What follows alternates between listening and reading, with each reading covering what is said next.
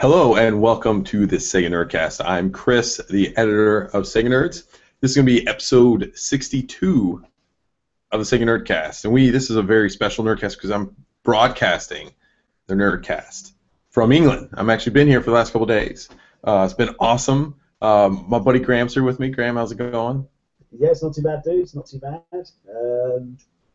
Yeah, it's good. Yeah, as Chris said, we've been chilling out over the last couple of days in England, and what can I say? It's been blast, hasn't it, dude? It has been really fun. I've been really excited. But today, I'm been up working and stuff all day long, so I need a couple cups of tea today, and I'm excited because it's not just regular old tea. This is legit English tea, Graham. So it's pretty awesome. Awesome stuff, man. Awesome. I'm glad you're enjoying the tea, dude. Yeah, I don't know what to say. I'm back at my parents' house now. Chris up in London, chilling out in his hotel room. Is that your hotel room? I am. Yes, this is my hotel room. Awesome, man. I wish I had a cup of tea, actually. Okay. I've got my drink right here, actually. Oh, hey. There's a twist there. What a twist. Yeah. So actually, Graham and I, this is the very first Sega Nerdcast where Graham and I are actually filming the location, the same place. Live from London, baby! Yeah! You sound like you're from London. You sound like you're from London! Yeah. I do have to apologize because I think I'm losing my voice, so it's probably not the best thing to do a Nerdcast or a podcast with us. Yeah, we've been a couple. We did want to do the podcast 2 days ago. Was it 2 days ago? Yeah, but we kept going out drinking. Later, and then you had to get up really early this morning. Well, yeah. So I'm actually out here in England to cover what's called the Invictus Games. It's like Paralympics for the military, and it's a pretty cool thing because it's like all the militaries. There's just several different nations. I think there's 14 in total. So the U.S. of course is participating in England and quite a few others. But so I'm here doing this, and we've just been able to have a couple days where it's been kind of a downtime before the games actually start. So Graham and I, we've been able to have a couple days to go out and do some stuff. And you've been showing me around the English countryside, right? Yeah, down around where I'm from, in Kent. Yeah, good time. So tried to show you some pubs and drove really far out of our way to a video game store because there's no video game stores near where I live. Also going around London a bit. I know bits of London, but where Chris is staying, I've never been to. It's actually right by the Olympic Park, which is awesome. And there's a big shopping mall here if you don't know it, called Westfields. And it's his hotel's right next to the shopping centre. And there's restaurants and bars, and there's a casino. Yeah, it's all down there. It's been great. So this is a perfect spot to have this. Awesome. It's really nice. Graham was saying before they built up the Olympic Center stuff, this was kind of a bad neighborhood. Yeah, right? It's a bit sketchy. I mean, some people say it wasn't that bad. Other people are like, oh my god, people died every day or whatever. But someone did die in London a couple days ago. Someone did die. Someone got beheaded in London a few days ago. It's terrible. Nothing terror related, apparently. It wasn't a terrorist. But it was a terrific thing that happened. Yeah, it's you don't really hear about that often in London at all. I mean, people die in London, but you don't really hear. The old lady was beheaded.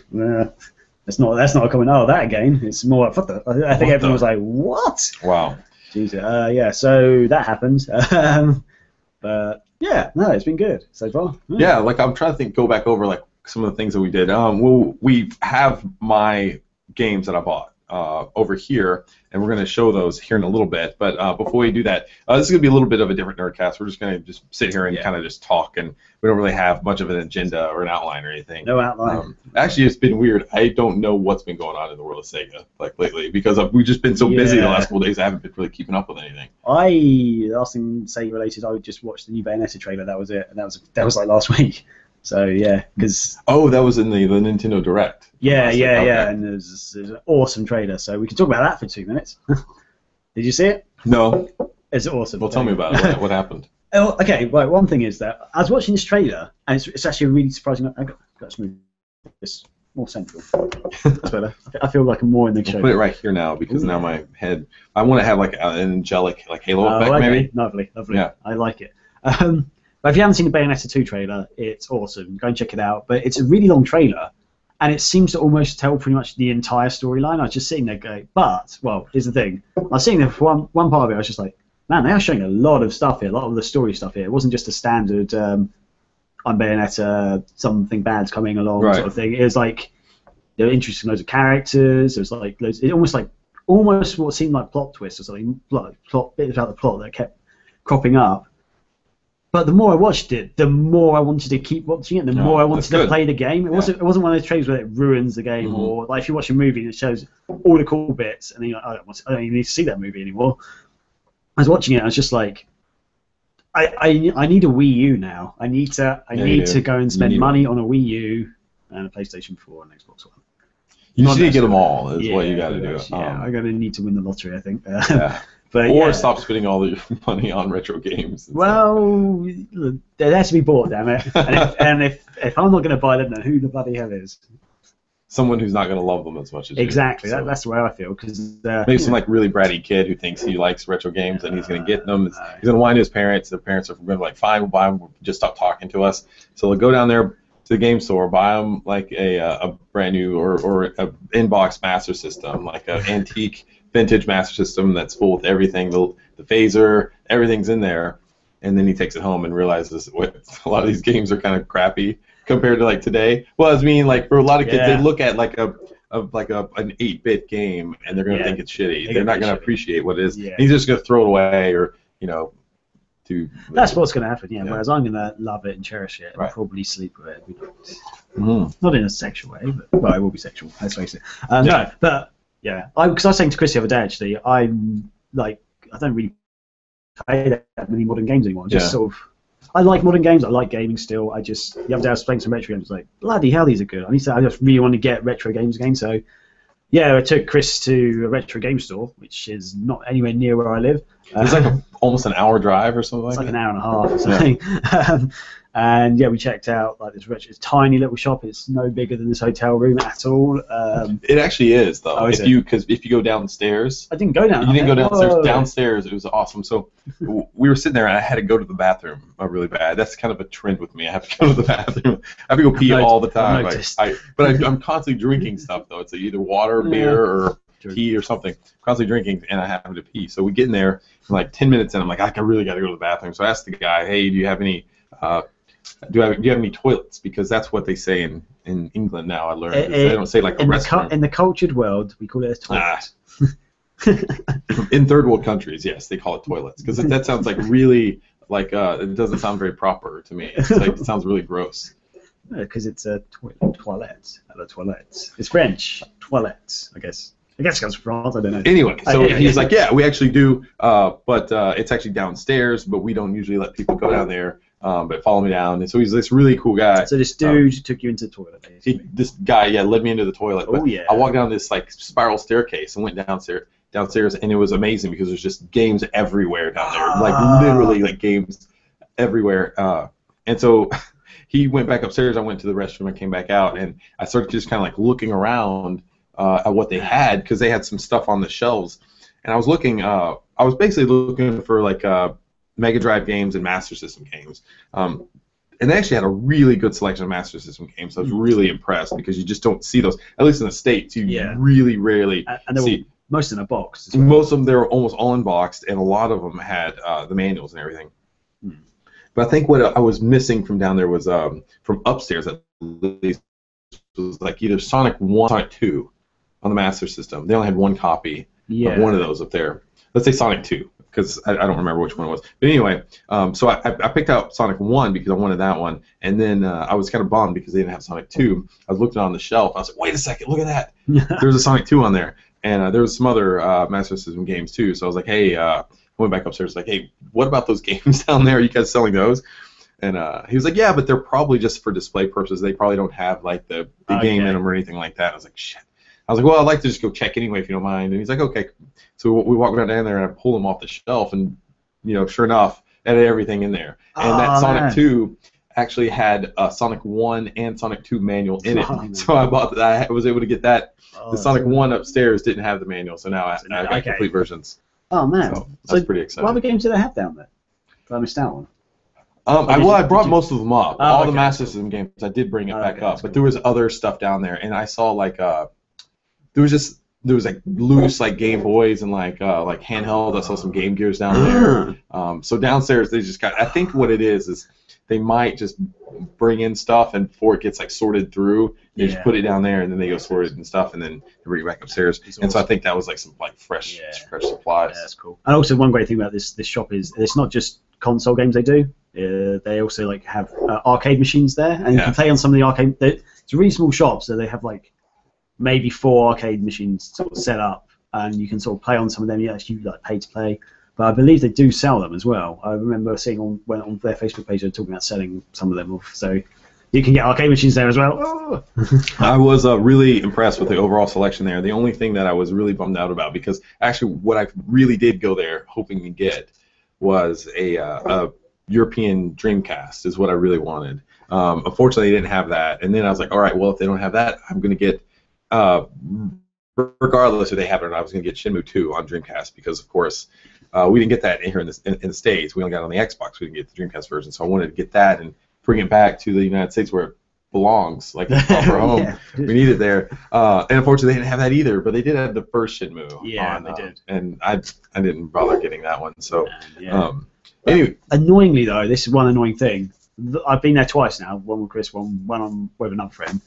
You took someone else there? I did. And Why would you do that? He doesn't appreciate computer games at all. He's borrowed my Xbox 360. He's still got my spare one, and he steals my games. Is that the one you won from Sega? Yeah, pretty much. But he doesn't know what any of these old games are and stuff. He's the guy with the chip story. Sounds like an asshole. Man, what a guy. Anyway, what was I going to say? Oh yeah, no. Last time I went there, they did have a Dreamcast, and I'm pretty sure a Shenmue 2 as well, in the cabinet, like in front of me, and it's like £30 for the Dreamcast, and I think Shenmue 2 wasn't that much. I think it was like £30 or something, or maybe 40. Wow, I would have paid with that. Yeah, to be honest, if I didn't know you needed it, I would probably bought it there for you as well. Well, now you know I need it, so next time you see it, I'll buy it, and then I will repay you. Excellent. Next year. We'll do that. Yeah. Awesome. Yeah. So maybe since your games aren't here, why don't you run through what you got first? I can't even remember. I've got a picture on my phone. Or have you got a picture on your sexy... I think I might be able to... Is it going to be too awkward? It might be a little awkward, but let's see. Oh, yeah. This could be interesting. What the hell? Oh, my cable's like not switching photo. Yeah, Sorry. Trying maybe to at the same time. Yeah, let's just... Anyway, yeah, I don't think we're going to be able to do it. Okay, I could hold up my phone to the... Hold up my phone for the audience. There we go. Yeah. You can't really see what's on there. Oh, that's a bit better. That's basically like we screen sharing. Okay. So, yeah, I actually managed to pick up the original Master System back there. Lovely. Which was like the Master System Plus box set, basically. It has the Master System one in it. It has 2 controllers. 2, yeah. It had 2 games as well, which are... What are they? Oh, yeah. It was Hang On, not Super Hang On, Hang On, and a game called Safari Hunt, which is a light phaser game, and this came bundled with the light phaser, and it's awesome. The only problem is they didn't give me the RF lead because they forgot to put it in the box, so I didn't. Oh, it was all very quickly played on it, but because I had a spare one, or Chris actually lent me one of his ones that he happened to have. So yeah, but yeah, essentially it's working and stuff. It seems to be working, and I'm interested about that. But they didn't give me the RF lead. What else we got? Can't even remember now. Oh yeah, I picked up 4 Mega CD games. There's 2 there and 2 there, which are shit. I can't even remember what they are now. Pardon me. Sorry guys. Time Girl, Black Hole, something like that. Thunderhawk, which is awesome. I played that before, and Prince of Persia, because I love the original Prince of Persia games, and I didn't realize it was a Mega CD, so I'm really excited about that. Then, just to cut a long story short, I got 3. Well, actually, I got loads of Master System games to go with my Master System. Cheers, buddy. Oh yeah, which is like a Looney Tunes one, Rastan, which is awesome. Yeah. Dragon Crystal, which is actually available on the 3DS eShop. The Lion King, The Jungle Book, Cost of Illusion, Tasmania, Altered Beast, yeah, and Shadow of the Beast, which I've always wanted to play but never have. I have it on the Genesis. Oh yeah, that's good. And then I got 3 Mega Drive games. Lotus Turbo Challenge, because I remember playing that when I was a kid and loved it. Tailspin, because I had that on the Game Gear, but not the Mega Drive. And then Chris convinced me to buy Joe Montana 2 Sports Talk Football. The greatest football game ever. Sorry, let's hold up.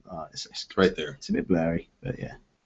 Yeah. So, yeah. Now, Graham, I explained to you why Joe Montana Sports Talk Football was so relevant and so amazing when it was released on the Genesis. Yeah. So talk a little bit about that. Okay, right. Here's the great thing, because I mean, back then, okay, if you play a football game now, like soccer, any sports game now, soccer or American football, you have commentary going on. It's like, I think he's passed the ball or whatever. There's that's a bad tackle. I don't know, whatever they say. So, you've got running commentary throughout the games. Back in the Mega Drive days, or the 8-bit days, 16-bit days, you didn't really have that at all. Like, you maybe got some text on the screen. You maybe had people going, the crowd cheering, going whoa, or whatever. It would sound more like shh. Yeah, shh. Yeah. It's meant to be clapping or whatever. It's always really terrible. Joe Montana 2, Sports Talk, whatever, actually has voice commentary in it. It's really basic. So if you compare it to modern ones, you're gonna be like, that's rubbish. But if you think about it, it's pretty awesome back then.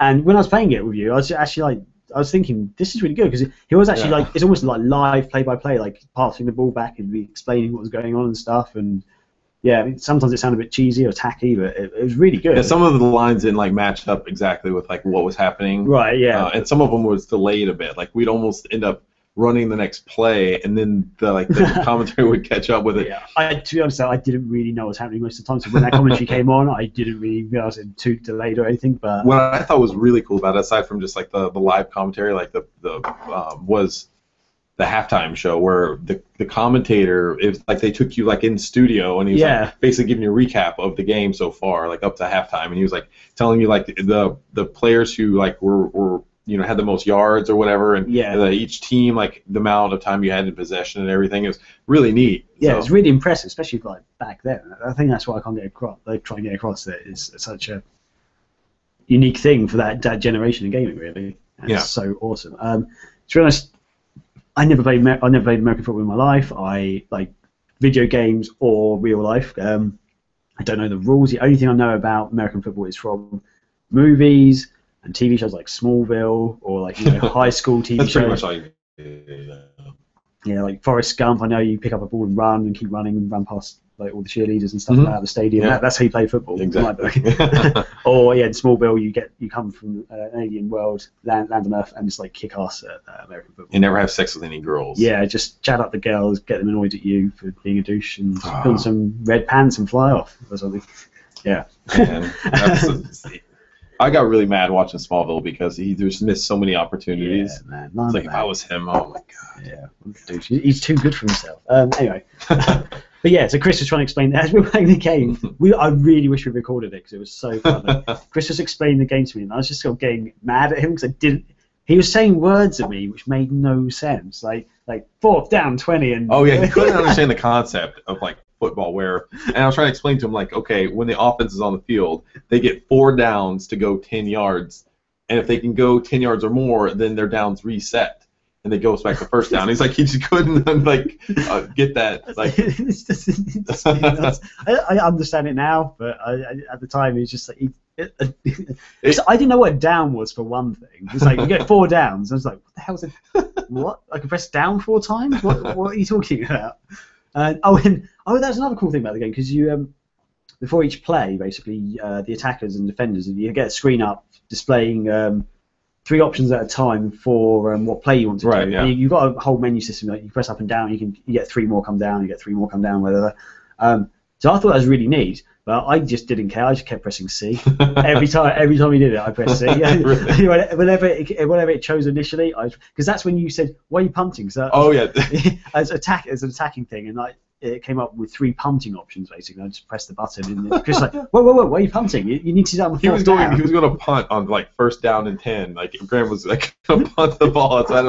I almost just let you just do it, but I didn't want to take advantage of you. So I was no, wait, call a timeout and redo that. I was you don't, and I had to explain to him you only punt on 4th down when you basically want to give the ball back to the opposing team. And you only want to punt on fourth down.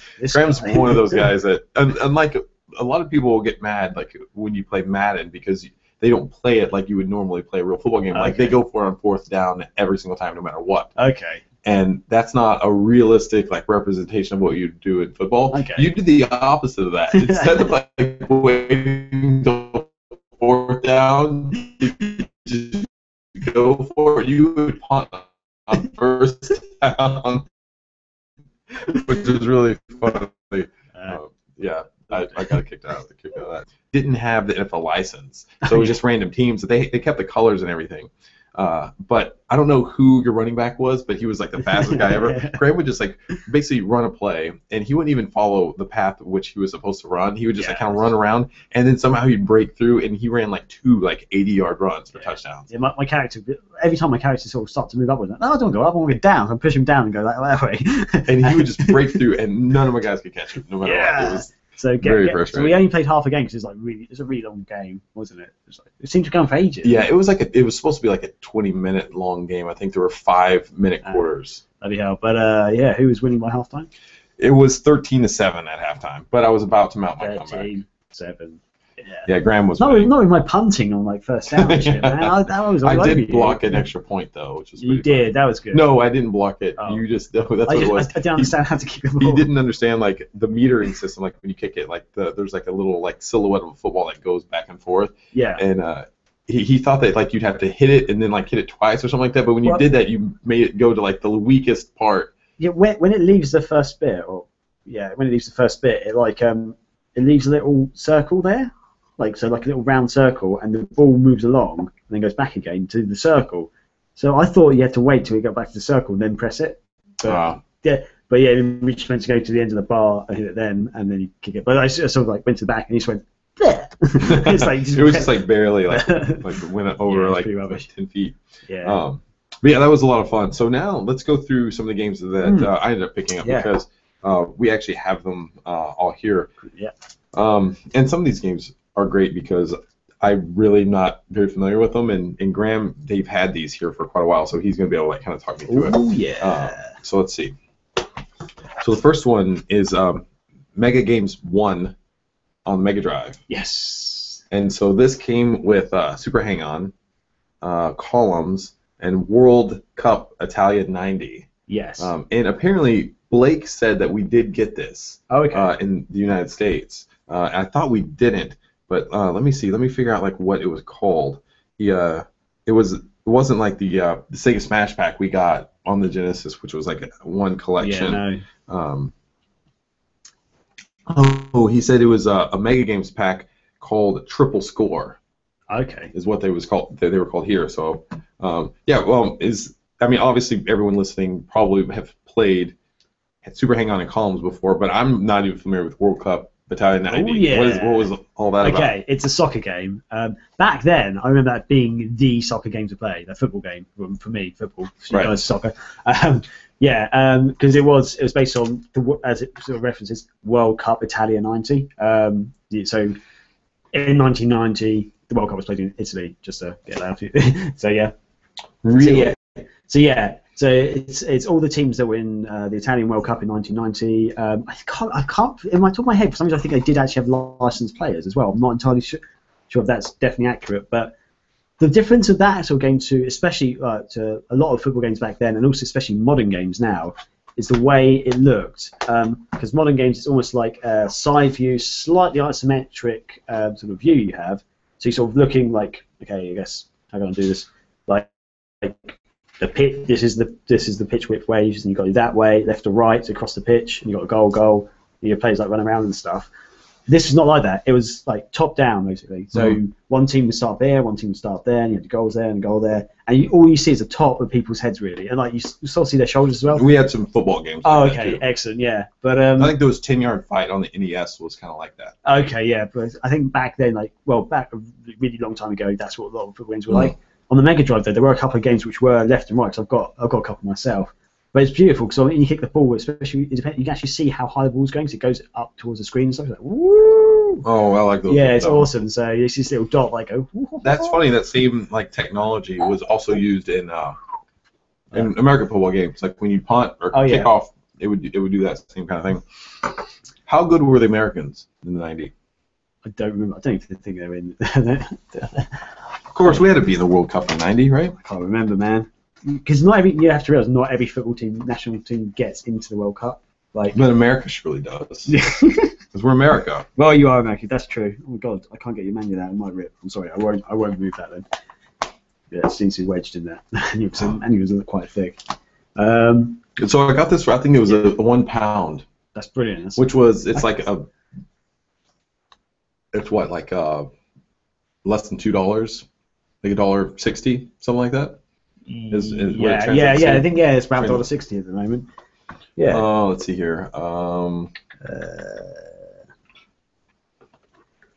Sorry, I'm just. That's okay. Next, we'll stick with our Mega Drive going, and then we'll switch from there. Alicia Dragoon. I picked this up on the Mega Drive. What's crazy is like this game is gotten really kind of expensive here lately. Okay. Because Blake just posted a feature. It's called like what Sega did, what Nintendo don't. Okay, yeah. A to Z. And so the very first one was on Alicia Dragoon, and he did like a really cool retrospective about the game and everything, talked a lot about it. And I was like, wow, this looks really cool. I want to go back and play it now. And so I immediately went to eBay and I looked at them, and they were really high. And I bid on one, but it sold for like over $50. And I was like, okay, I don't need to play it that bad. Yeah. And so we went, and it was awesome. I found it. It didn't come with a manual, which is kind of a bummer. But I picked it up, and I think it was like about 7 or 8 pounds. Oh yeah. So it was really cheap, especially even compared to like what it is back in the States. So I was really excited to get that. And this is kind of like I don't know if you guys can see if you're familiar with Alicia Dragoon, but it's like a 2D like side-scrolling like platformer type game. And honestly, I don't know a lot about it, but you can like conjure up like these different like monsters or dragons and type things like that, and you can shoot like flames and lightning from your. I've never actually played Alicia Dragon. I've always wanted to. I kind of wish I'd actually picked it up first now, but. But you did it. Yeah. Last Mega Drive game is James Pond 3, which I don't know if I ever really played any of the James Pond games. Maybe the first one, but I don't even know. The great thing about James Bond games is they're all really different. The first one, you're swimming a lot underwater. In fact, I think it's all underwater based. The second one is called Robocop, because they also satirize, like, I guess, pop culture a little bit. I can't remember the first one I only played like once. I can't really remember that well at all. The second one is called Robocod, and it's based on Robocop. It's Quasar based on Robocop. He's got like James Pond. He's got. I don't know if you hold up the box a second. Instead of like this cool sort of yellow sort of outfit thing, his whole body's like a big bit of metal, just like Robocop is. And he doesn't have a gun or anything, but his whole body stretches up and stuff. So you can stretch up and grab a ceiling and then like hang on the ceiling and stuff, and also get up to extra like ledges and stuff. You pull yourself up that way. And it's like a platform game. It's really fun because you can get in vehicles and stuff and drive around. There's all that big castle you're in. Each level was like. I remember doing lots of toy levels. I can't remember if the whole game was like all these weird toy things, but And then James Bond 3, it's called Operation Starfish, and you're meant to be like a sort of spy, a super spy, or something, but you're in space. So I think you're on the moon, because all the levels are based off like cheese puns, like you get Cheddar Gorge and Garden of Edam, and it's a bit different. It's all I want to describe it as like. Side-scrolling platformer RPG, because I vaguely remember you can do like the levels in different orders. You can there's a big world map, kind of like imagine Super Mario World, but kind of you can almost choose where you want to go. Well, you don't choose exactly where you go. You can open different paths and get to different locations by different routes and stuff. Right. Yeah. And I vaguely remember like depending on what you can pick up stuff on one level and you can take it to the next level and stuff. It's been a long time since I played it. I got really far in it though. But it's a massive game, and was this the game you were telling me you got like really, really far in, and like something with your brother? Oh no, that was all. Oh okay. I love that game so much. I haven't played it for a long time, but I've been going to play it now. Do you own this game? I do own that game. Well, this is one thing I remember was because when Chris actually quickly played on it. This reminds me that this is back when look who made this game, Electronic Arts. They made good games once. Well, for a few years. That's when you bought a Mega Drive game to Electronic Arts on it, you knew that was going to be a good game. Yeah. They did great sports games. They did great platform games. I think this is also back like when Electronic Arts was like maybe like they were still kind of exclusive to Sega for a while. Yeah, a lot of the games back were in, just like on the Sega, Mega Drive like Genesis time. They were. Yeah, I don't think they were. Were they all exclusive? Well, they did PC, but they weren't putting very much stuff on Nintendo platforms. Yeah, and there was also then they fell out with Sega massively over the Saturn. That was the bad. And then they just refused to make it for the Dreamcast unless Sega stopped making Sega sports games, wasn't it, or something like that? I don't remember now. I forget the story. I vaguely remember this. Well, one side of the story is at least that Electronic Arts, because they're so famous for their sports, like, EA Sports, and Sega's made really good Sega sports games, and they had a falling out. They said they wanted exclusive like sports games on Dreamcast. Sega were like, no, we want to make our own sports games. And they were like, fuck you. Yeah. And walked away. Which probably, I think the Sega sports games were amazing, but maybe if they had Electronic Arts backing them, might be better. It couldn't, yeah. They've got like Medal of Honor and shit on there, which were popular back in those days. Yeah, we had a fun conversation on the train last night coming back, talking about like what we thought Sega could have done differently to keep the Dreamcast alive and stuff. So maybe we'll go back to that at the end of the show and kind of have that discussion again. Awesome. Really, couple last things with this. It's a 16 meg cartridge, which was huge back then, and then it also got 93% from Games Master. Yeah, it says great platform action. Very respectable games magazine. I think they might still be making. I can't remember if they're still making the Games Master. I think they might be. But anyway, good magazine if it's still going. I think. This is actually a game I got for Blake. He wanted it. I want this game. He wanted it on the Mega Drive, but they didn't have it, so I got it on the Master System. It's a Xenon 2 Mega Blast. Ooh, and I've never even played this game before. It's so okay. I don't like space shooters, like these scrolling space shooters that a lot of people like. I've just never found them that fun. Xenon 2 is actually one of the only ones I've ever loved. I literally love that game. I enjoy Zero Wing, and I think there's one other game. Zero Wing, he also won. It was another game. Yeah, that's it. Yeah, it's harder to get hold of that now. But yeah, it's just a really fun game. It's the power-ups you get are really good. It's not too ridiculously hard as far as I remember. Oh, so it was an arcade game. Yeah, it was originally. Yeah, because it came on loads of platforms. I had it on the PC, like on an old Windows 386 or whatever it was. I had it on the Game Boy as well at one point. Oh, I bought it on the Game Boy at one point. I never had it on the Sega console. I wish I did, because I love it. What I like about this, though, too, is it has a blue label on the Master System. That's very uncommon. Mm-hmm. It's a really fun game. As I say, it's not too hard. It's made by the Bitmap brothers. Bitmap. Yeah, Bitmap. They were quite big back in the day. They're more popular for their images, right? The bitmap images. Yeah. Never mind. I think I already took it out. Oh my god. Okay, yeah. So that was that one.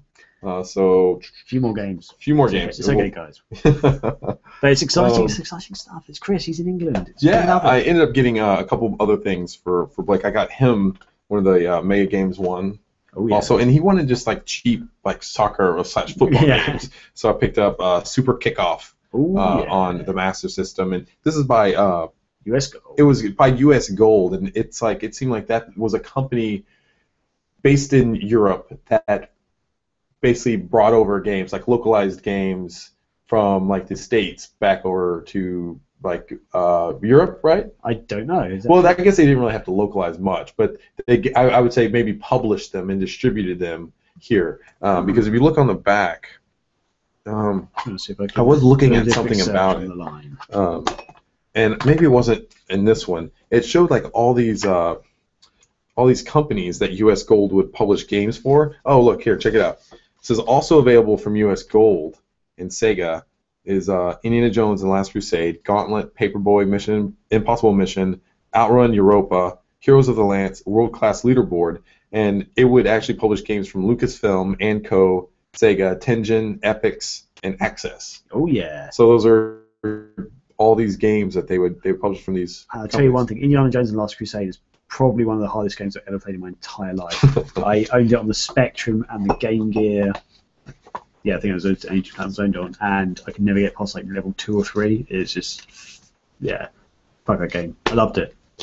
I actually do me and my brother used to play it all the time. We could never get past like level 2, and we loved it though. It's so much fun. Yeah, US Gold was an English company apparently. Just done a quick search. Yeah.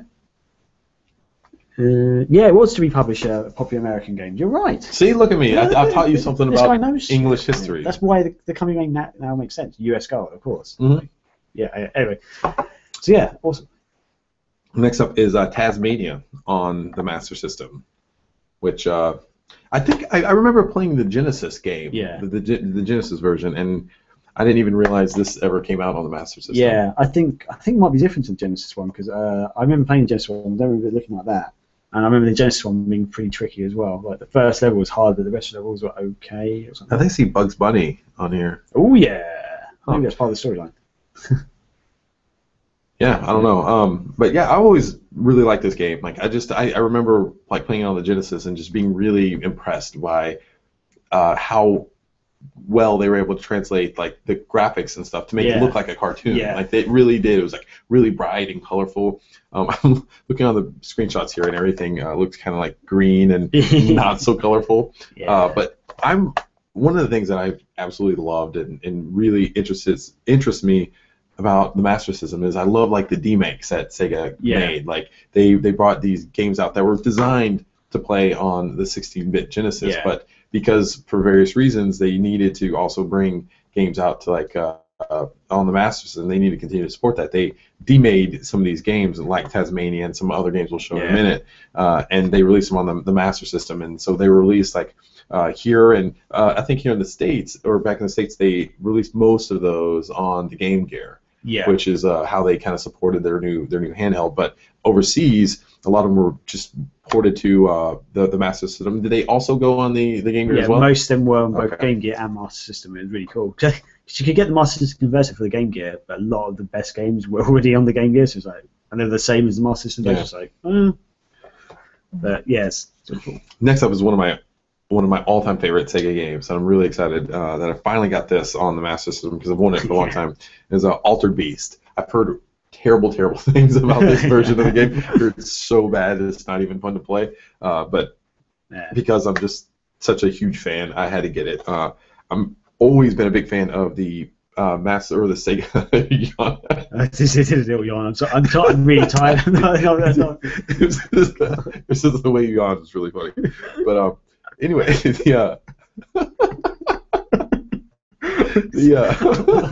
keep laughing. I'm really tired too, so it's like I'm going mad. But the Genesis box art I thought was the coolest box art I've ever seen. And I honestly think the Master System box art is really good too. Like it's really cool. It actually shows the transformation of the Centurion, who doesn't have a name in the game. He's just called Centurion, I think. I don't think they even reference his name in the game at all. Right, I think it's just Centurion is all, like you are a Centurion or something like that. Yeah, they don't say in the manual. Just in the actual game, it goes rise from your grave. It's a dude rise from your grave.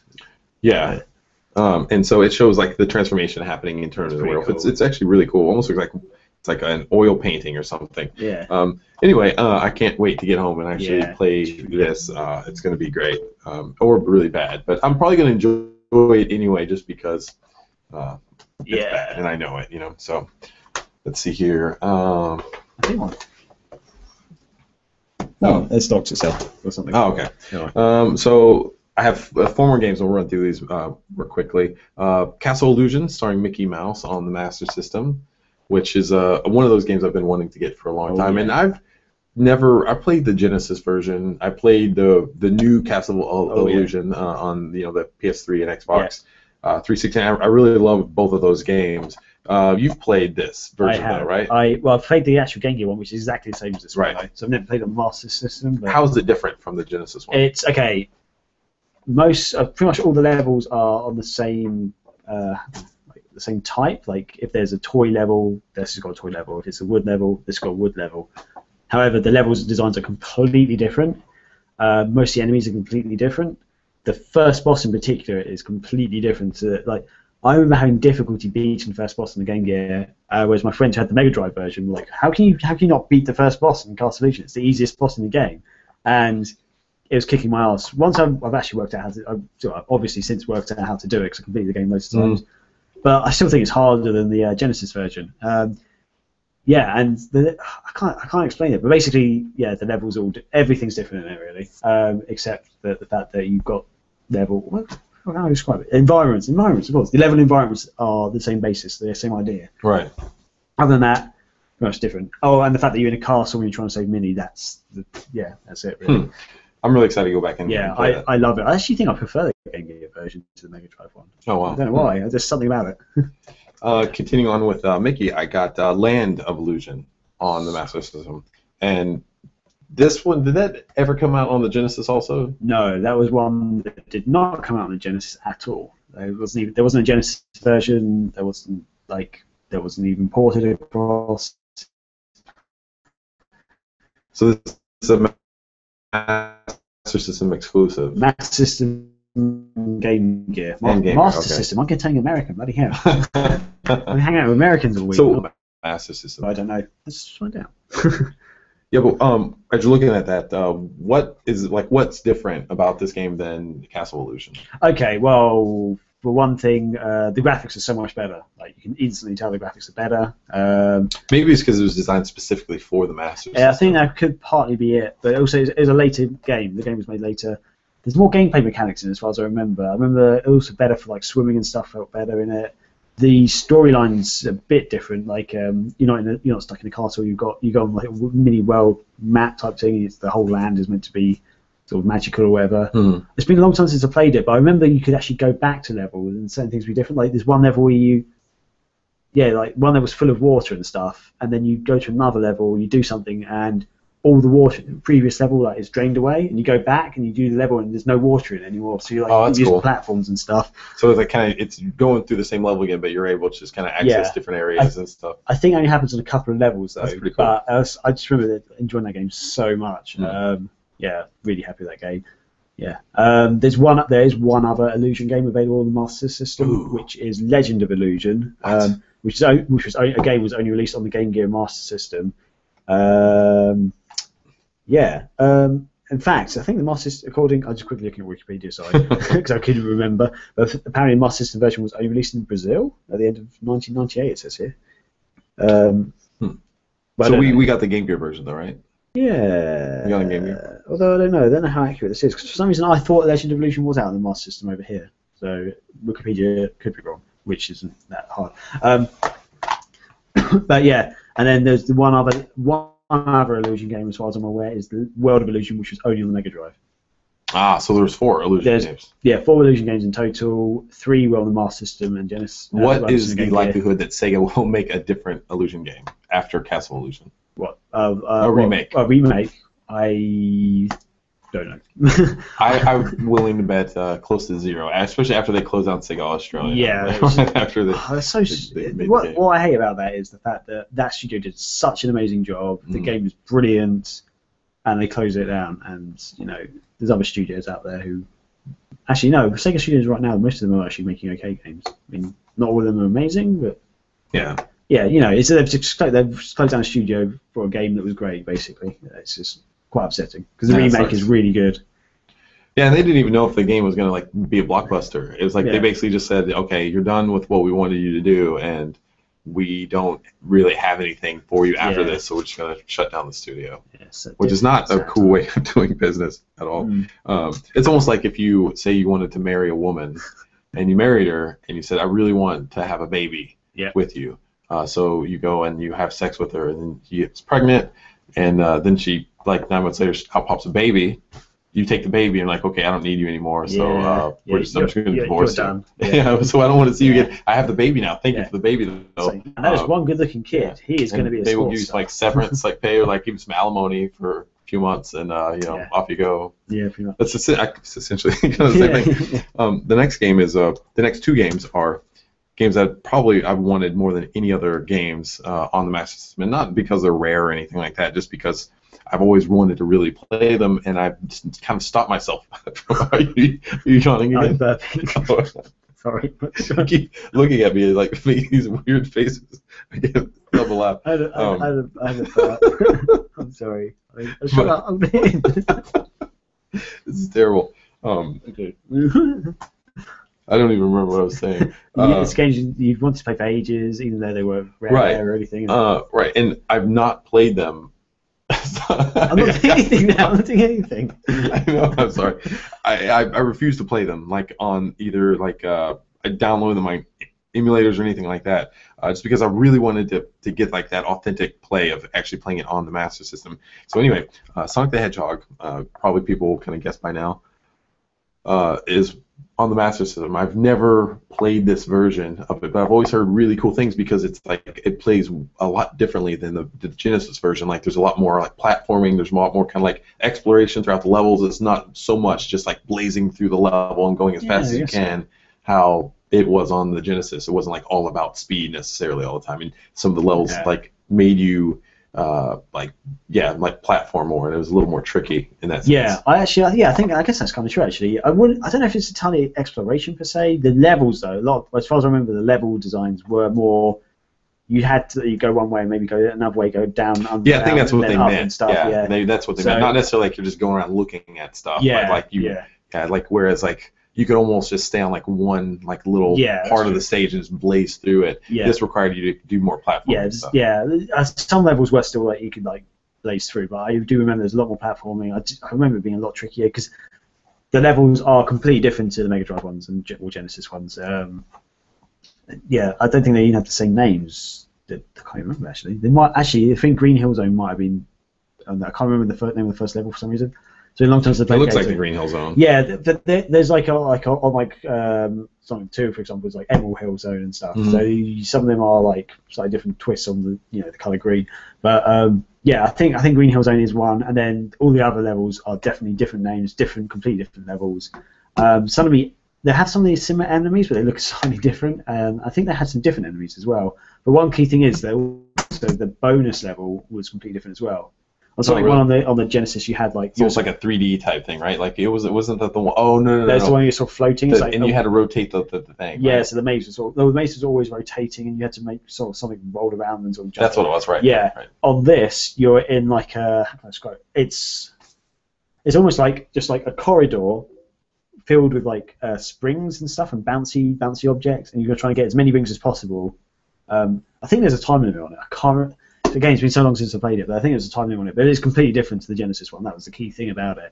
And the brilliant thing is, though, like I guess a lot of the time you can most people could argue, oh yeah, the Mega Drive version of something's better because it's a better machine. And stuff. The games are so different that you could easily say I prefer the Master System version because it's a completely different game and it plays brilliantly. It maybe doesn't have quite the same flair, like some of the fancy cool graphics. Like some of the graphics are a bit dumbed down compared to the Mega Drive one, obviously. Mm. Like the parallax or scrolling is not quite there, but yeah. So there. And I'm really excited. I have seen like videos of it, like on YouTube. So I have seen it like play and everything. And one of the things I really like is the way they've basically used like the Master System sound chip to try to recreate like the Genesis's like sounds and stuff with Sonic, like the Sonic the Hedgehog tunes and stuff like that. It sounds kind of tinny and it's not perfect or anything like that, but you can still hear it. It's still there, you know what I mean? Yeah. And it sounds really awesome. So really excited to get into that one. And next up is Sonic 2, Sonic the Hedgehog 2.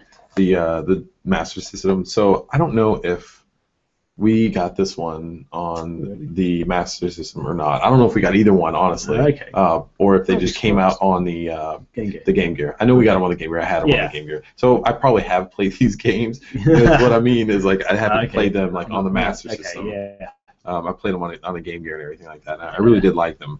But it's been so long since I played them, I don't even really remember what it was like. And so how different is this one compared to the Master System version versus the Genesis version? Do you remember? Again, completely different. It's like Sonic 1 and Sonic 2. No, it's like Sonic 1 on the Mega Drive and Sonic 1 on the Master System. Mm-hmm.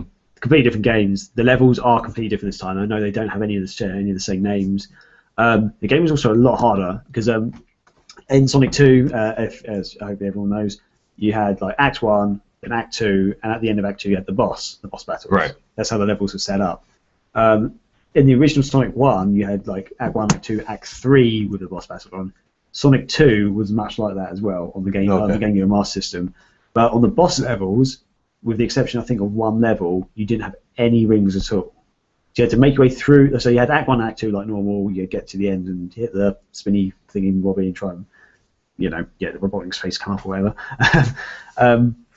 But yeah, Act 3, you had no rings. You had to make your way through a level which normally had loads of pits or they very rarely seem to have enemies on them. That was one good thing, but there was always tricky jumps or like traps that would fall down from the ceiling or whatever. And then you got to the boss battle and you had to beat the boss with no rings. So one hit, one kill. Mm-hmm. And the first boss in that game was freaking hard. Oh, that sounds fun. Yeah, so I remember playing on the Game Gear, and I loved it though. Me and my brother, we'd take it in turns. We'd always go up to the first boss and die. It took me a while to actually work out how to beat him properly. I think I can just do it, naturally now. But such a tough game back in the day, definitely. Oh, and there's one or two levels where you've got this. I forgot to pick up the box actually. Sorry. That's right. I don't know if you can see.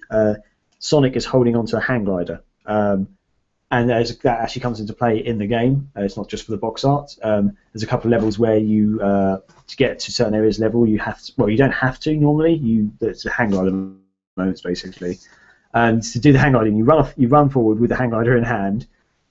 He jumps off the edge, and then you have to keep pressing back on the control pad to keep him in the air. Cool. And if you sort of let go, you can drop down quickly, and you keep pressing back and stuff. But those bits of levels were so freaking hard, and I remember actually breaking my Game Gear control pad with that. So I think on the Master System it might be better because the Master System control pad's a bit more robust and easier to keep tapping on, because the Game Gear got really, my thumb started to hurt quite easily. The old 3-button one was a bastard. Like the D-pad on that, it would like tear your fingers up. Yeah, so both great games though. I love them both. I remember actually I thought Sonic 2 was better on the Game Gear than the Genesis, but I might have changed my mind since then. I just remember at one point I was like, the game's so good. That's funny. I want to play it now. I'm really excited about all the games we got. That was like one of the best hauls. So all together, I got all those games and a Mega Drive. Mega Drive 1 over there. Pick it up. Pick it up. They can't see it. Oh, that's true. Give the guys what they want, maybe, if they haven't turned off by now. Or if they're just listening to the show. Oh, yeah. If you're listening, then this bit's going to be worthless to you. But here we go. A Mega Drive. So it looks pretty much identical to the US one. I think the only difference is we have like this little bit right here is red. Yeah, there was actually a model of the Mega Drive that was released with red, which I didn't realise until I was in the retro game shop we went to last time I was in there. They had one of those there, and I was like, it says Mega Drive on it. Is that the Japanese model? And he was like, no, it's the European one. But it was red. Oh, wow. So, yeah. Yeah, it's cool, because I think... And, of course, it says Mega Drive. Oh, yeah, cool.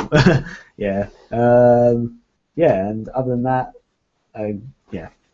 And so, yeah, altogether it was 80 pounds. So, I was pretty... You got Mega Drive, 1, 2, 3, 4, 5. You got, like, 12 games or something? 4, 8... Wow, 12 games. Yeah, 12 games and a Mega Drive for 80 pounds. That's not bad. I was happy with it. And how much would all yours come out to be? And you ended up getting those. What games? We already talked about that in the Master System. Yeah. How much all that cost? Don't want to say. Oh, you gotta say. £160. Oh no, £154 you can get. Oh my god, that's so much. Yeah, the Master System was quite expensive. It's £55. Yeah, but I wanted it. So what can I say? Yeah. Otherwise, most of the games I bought were quite cheap, like £5 at the most. I thought there were a couple. Oh, it was the Mega CD games that bumped it up. Some of them were £10. Oh, that's right. Yeah. So yeah, I almost bought more as well. More for a couple of Dreamcast games and another Mega CD game. And at the end of it, I was just like, yeah, I can't afford this. I'm using my credit card, which is not going to be happy with me. But, oh. Yeah. I'll let future Graham deal with that. That's what credit cards are for. Yeah. Maybe future you. Maybe future Graham will be more like financially responsible. Yeah. Well. Yeah. Current Graham wasn't. So. Right. So he's got to make up for current Graham. Yeah. President Graham. So I don't know what else to talk about now. I don't know. I mean, well, have you enjoyed your time in England? I have. Yeah. It's really cool. Like the weather's way better for one because it's back in the States right now. It's really hot. At least in Maryland where I was at, it was just getting hot. What's weird because summer's supposed to kind of be winding down. Like we're into September and everything, but it was like really mild up to like just a week ago. And then it started getting really hot, so I'm kind of glad to be out of there. Even at night here, it's kind of a little chilly, which it feels really good. The people are really cool. I love hearing all the different accents. It's hard for me to understand what people say sometimes. So Graham and I are out. Like we were out eating breakfast yesterday. The day before yesterday? We were eating breakfast at this little cafe, and the poor lady was like asking me questions, and I could not understand what she was saying. And I kept apologizing. Like, I'm sorry, I don't know what you mean. She's speaking like English to me, and I didn't know what she was talking about. Although actually, she was not from England. Oh, she wasn't. She was European, like somewhere else. I know England's in Europe. Oh, okay. Sorry. She had an accent, but I could understand her. She spoke good English. So. She did though. I told her at the very beginning that I wanted water and a coffee, and then at the end she said something about a coffee, and I was like, yes, I want a coffee, but she only brought me a coffee out. She didn't bring my water, so I had to ask her again. Yeah, it was really weird. I think she didn't really hear you the first time or something. Yeah, it was terrible. So I guess like two people with different, like speaking English, just with far different accents, really don't mesh well together. So at that same place, I had my very first full English breakfast. Yeah.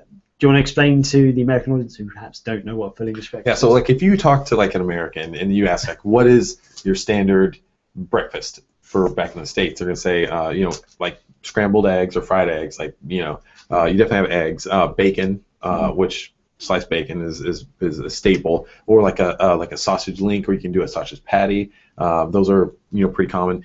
Pancakes. Absolutely, you have pancakes or waffles. You can swap. Okay. Never really both. You don't really want to do both. And that's really kind of like your standard stuff. You can mix and match stuff. Like if you want like fruits, like even a sliced grapefruit or like yogurt or stuff like that. You can always mix and match stuff. But really, that's like your standard breakfast. Well, a full English breakfast is like way different. There's really no sweets on the plate at all. Like nothing sweet tasting, like sugary. And stuff like, well, a pancake has like syrup all over it. So we put like syrup and stuff a lot. So it's almost like a dessert in some ways. But like, so you have like baked beans, which is weird because we would never eat baked beans for breakfast. It's like a lunch or a dinner food for us. And then there were eggs, right? There were fried eggs on there. There were mushrooms, which like field mushrooms, right? I absolutely love mushrooms, so I really like that. There was like sliced back bacon, which was like a bigger cut of bacon, right? And it wasn't. I mean, ours are like strips, like tiny small strips. Oh, okay, this was a pretty thick cut. Like bacon to me. Yeah, well, I mean, it's a much larger cut. Yeah. But it wasn't done nearly as much. Like usually we get ours like crispy. Oh, okay. And this was not like that at all. So it was a lot more undercooked, I guess, than your standard like crispy bacon. But it was still good. I really liked it. Then there was like some like triangle cut hash browns. Yeah, that's what our hash browns always look like. It was different. Like maybe like squares or rectangles, or sometimes they're just like more like shredded to where it's like just like bits of like just like in a mound of hash browns. Or you can even do tater tots, which is like you've seen those before? I've seen tater tots, mostly from Napoleon. Those are just pretty much hash browns, is all those are. They're just like crushed up bits of like potato and stuff. Yeah. Well, actually, we do get something like that over here. I can't remember what I call them now. Potato croquettes, that's what we call them. That's weird. Anyway, yeah. What else do they? Then they have like this weird like it was like a I don't know. It looked like maybe like potatoes and like beans. Oh, like bubble and squeak, which isn't actually that common, to be honest. Oh, really? It used to be a big thing back in the day. Essentially, it was like in King Henry's time. No, maybe we're in England, so it's old. Yeah, no, I think it was more like World War I, World War II, around that sort of period, simply because when food was quite scarce, when you've had a meal, if you were say if you were full up or whatever, you didn't want to waste your food, so they'd sort of take like the old potato and stuff and like mix it with some of the vegetables and have it for like another bit of a meal later on or something. So it's called bubble and squeak. That's my understanding of it. I've never really had it before. Really? It's the first cafe I've ever been to that actually sold it with breakfast. I've seen it on one or two menus at a time. It's quite uncommon, but it's quite interesting to have it there, I guess. And then was there anything else? Like there was the last bit, but was there anything other than that? So you had sausages. I didn't mention sausages. We had sausages as well, which are just sausages, I guess. Yeah, it was, but they were tasty. Yeah, I liked them. Yeah, sausages. bacon, eggs, mushrooms, hash browns, beans. Yeah, we've been farting all day. Yeah. Toast. Toast. Oh, we did have toast. Lovely and toast. The last bit was blood pudding. Black pudding. Black pudding, and yeah, it looks like it looks really. I mean, if you look at it from afar, it just looks like a sliced sausage, like a salami type thing. Right. Yeah. It just looks like a bit of like well, you have like a breakfast sausage, like a patty. Okay. Is what it looked. Really, it really did look like that. But apparently, it's deep fried pig's blood. Yeah, it's not just pig's blood. It's like it's got some other stuff in it. I can't remember, but yeah, if you see it, it's literally black as well. Very, very light browny colour. The thing is, though, different places do it slightly differently. So sometimes it can be really dry and crumbly and not that great. The one at this place was actually you can. I really liked it. Yeah, it was. I don't even know how to explain what it tasted like. It's like a completely original flavor. It's like, it wasn't spicy. It was just, it was almost like a meaty taste, I guess. You could say almost meaty. But you just did. So right. I mean, I'm just trying to recreate. I don't know. It's such an original like flavor, but I really liked it. I had it also again for breakfast in the hotel today, and I didn't like it as much. It wasn't as good. Who were you guys saying? All your American friends, you gotta try stuff. I was telling. Well, I showed. They saw the picture that I posted on Facebook, and they were like talking to me about it. And I was telling them, I was like, hey, it's actually not bad at all. And then I think a couple of them tried it today, and they didn't like it. So, no, you put it off. Another funny thing, we tried to stop at a comic store.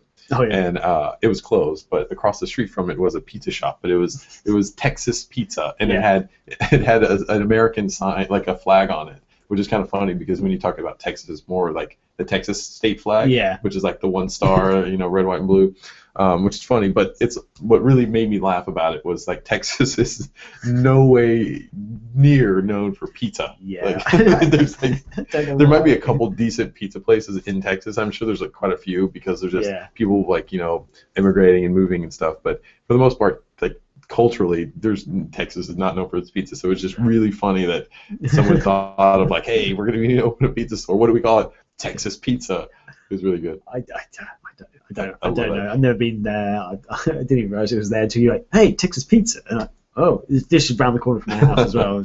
Like, I've never seen that. Yeah, and I've just had a lot of fun, like, just driving around. Like, he's been, like, Graham took me through, like, a lot of, like, country roads and stuff. So we've been seeing, like, the English countryside and just going through there. That's been really cool because I kind of live, like, in a similar area back home.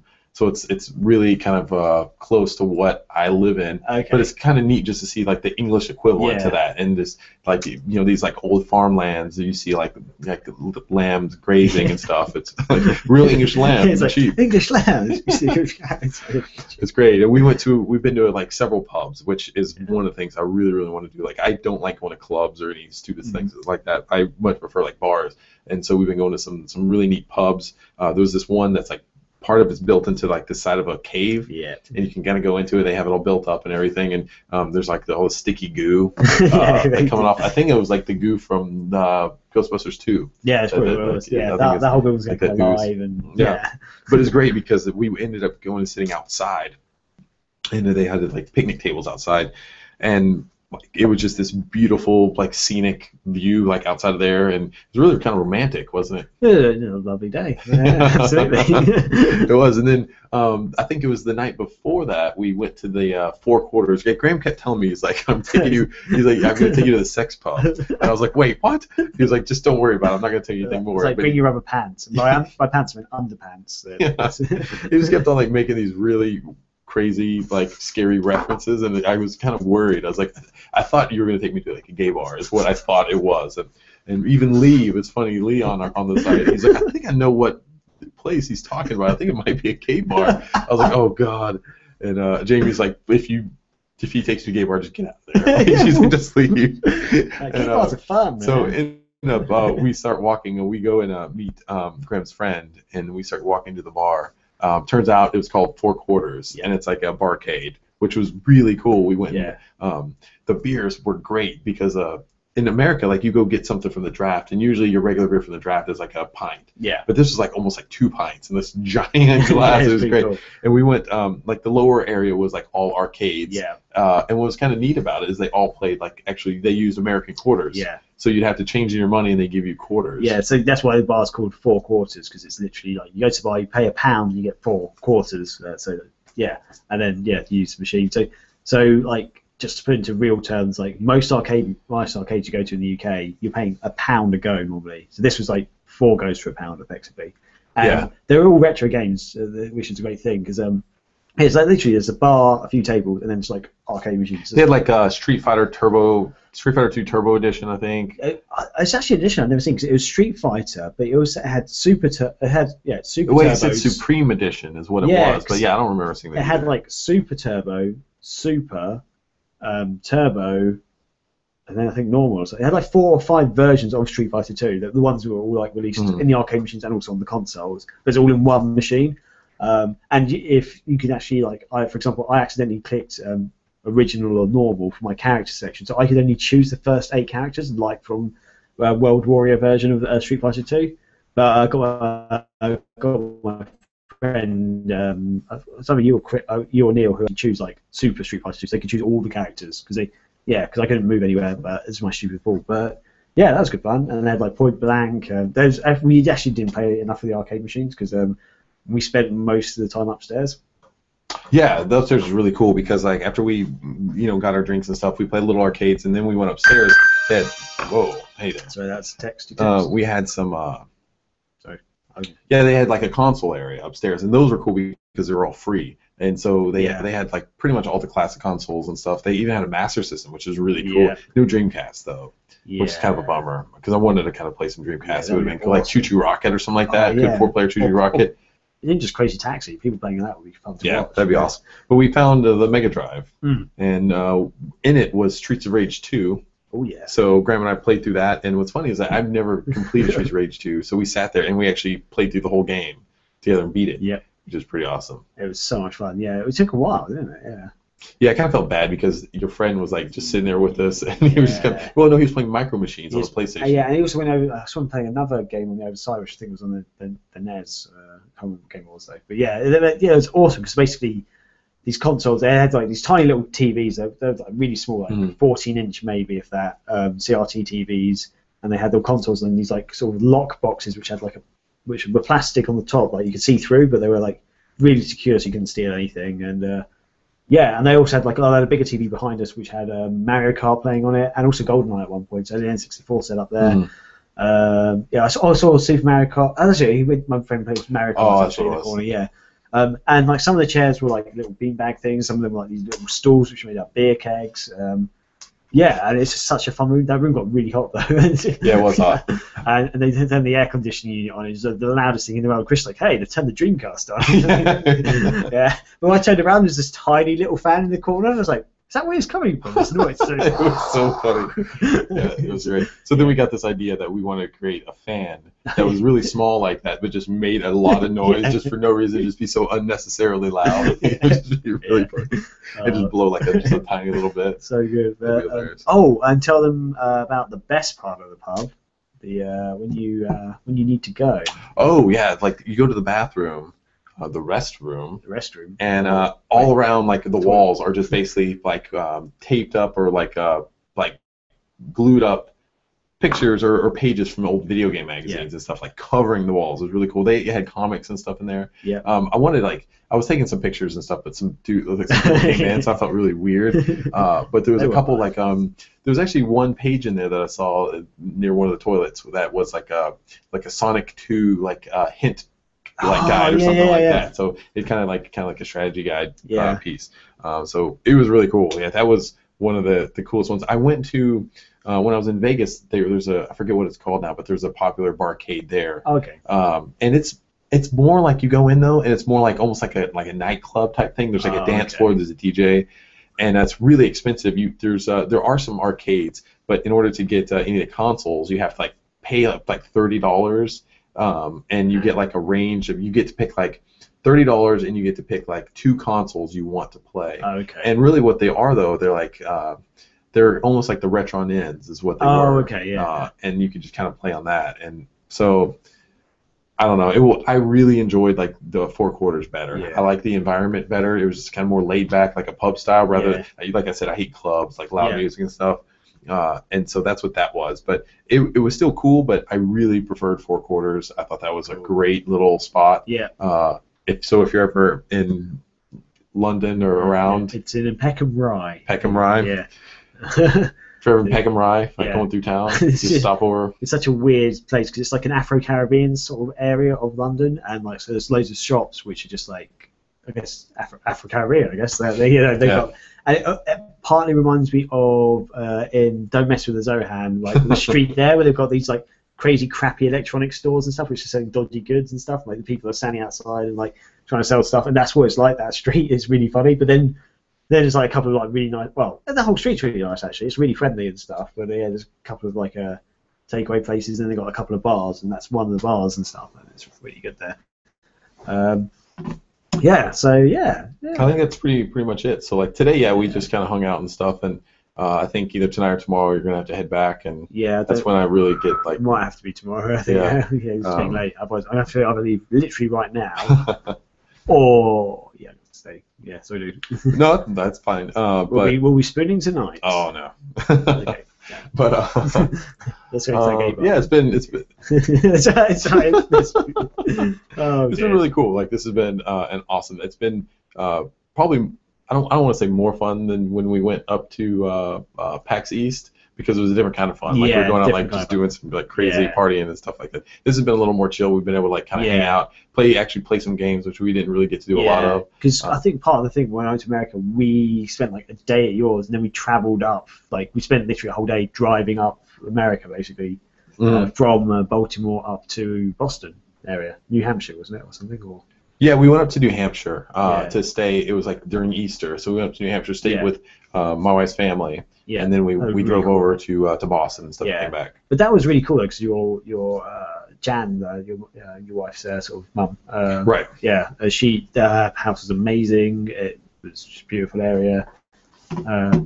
It's a different kind of fun. Yes. Yeah. So now next time we're trying to get work it out to where Graham can come out back to my place for Thanksgiving, because we're supposed to have a bunch of family come up, and it would be a blast to have you. And then you actually stay for longer. We just chill at the house, really play some games, because my brother will be up there, so we can actually like hang out and do all that.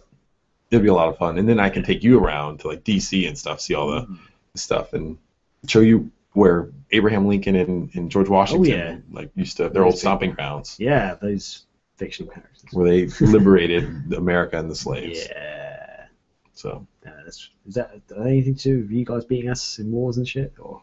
Well, George Washington did. That guy. But not Abraham Lincoln. Not so much. He was more of the Civil War. Okay. Yeah. So he came later. Yeah. But yeah. Awesome. Wow. Yeah. I think it's going to wrap up the show. Yeah, I mean, sorry it hasn't been like a normal show, but we haven't been keeping up with Sega news this week because you've been flying places and driving. Yeah, it's been and the thing is, like here in London, when I'm in England and stuff, I don't even have I don't have any like my cell phone's not working. Yeah. So basically I have to just find hotspots, because otherwise like the data charge will be astronomical. And so I've not been doing that. Just been using, so I don't really haven't been looking online or anything. So there could be a ton of Sega news out there. I just don't know it. So. Cool, awesome. Oh, and if you happen to watch the Invictus Games, look out for a guy called Ryan. He's doing like 4 events, like shot put, discus, cycling, and swimming, and his wife's really hot. All right, that's gonna do it. So hey buddy. Yeah, real life high five. Wow. Yeah. The power of real life instead of the internet this time. And do you remember how to say goodbye or thank you? Ta. Yeah. Ta. Cheerio. Cheerio.